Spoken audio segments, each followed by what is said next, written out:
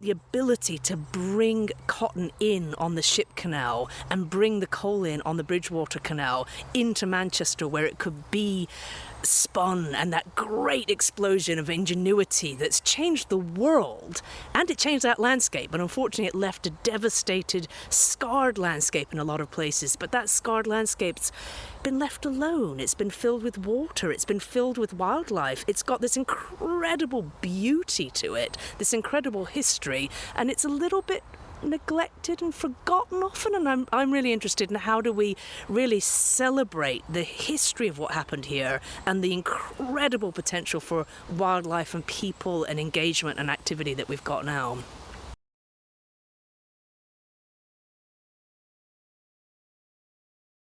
And what's great about the Wigan Flashes is how vast it is. I really like spending time on the boardwalk at the Wigan Flashes because you get a feel of being stood in the middle of a reed bed where you would never really experience that.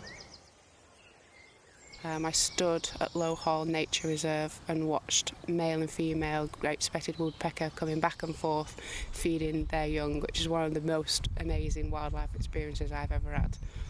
So some of the highlights of Bickershaw Country Park's wildlife are the roe deer that can be seen at dawn every morning.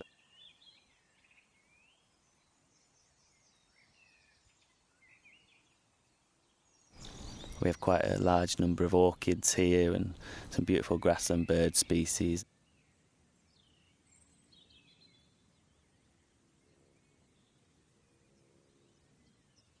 I use Pennington Flash and run through Pennington Flash to go into work, and it's a valuable piece of space for the whole community.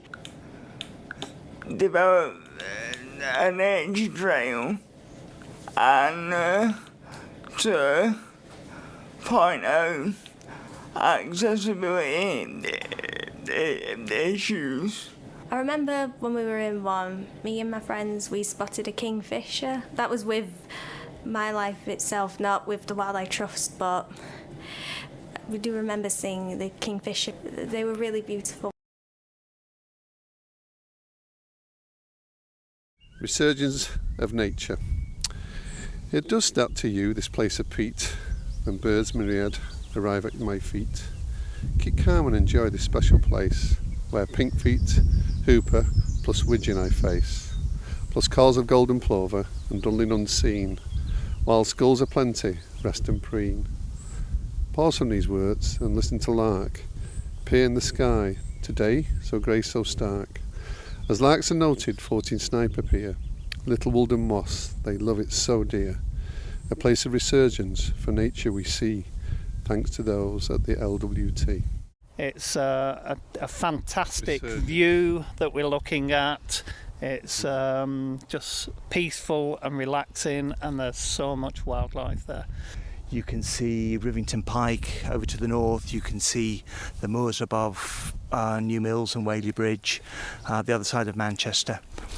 Superb sunsets.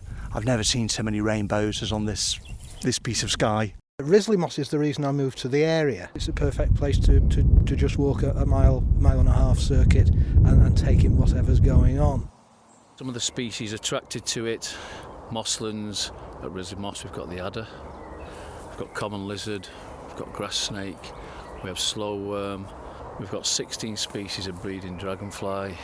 Sometimes the children get so excited, especially with the little damselflies, which are the sort of electric blue ones, because they often say, well look, the fairies, they think they're fairies, and maybe that's where it all came from.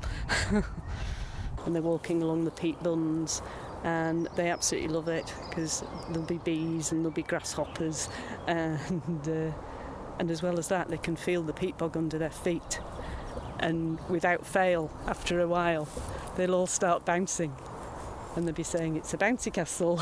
So it's a really fun experience for them as well. I love walking round the different paths And it's not just visually, it's your senses as well.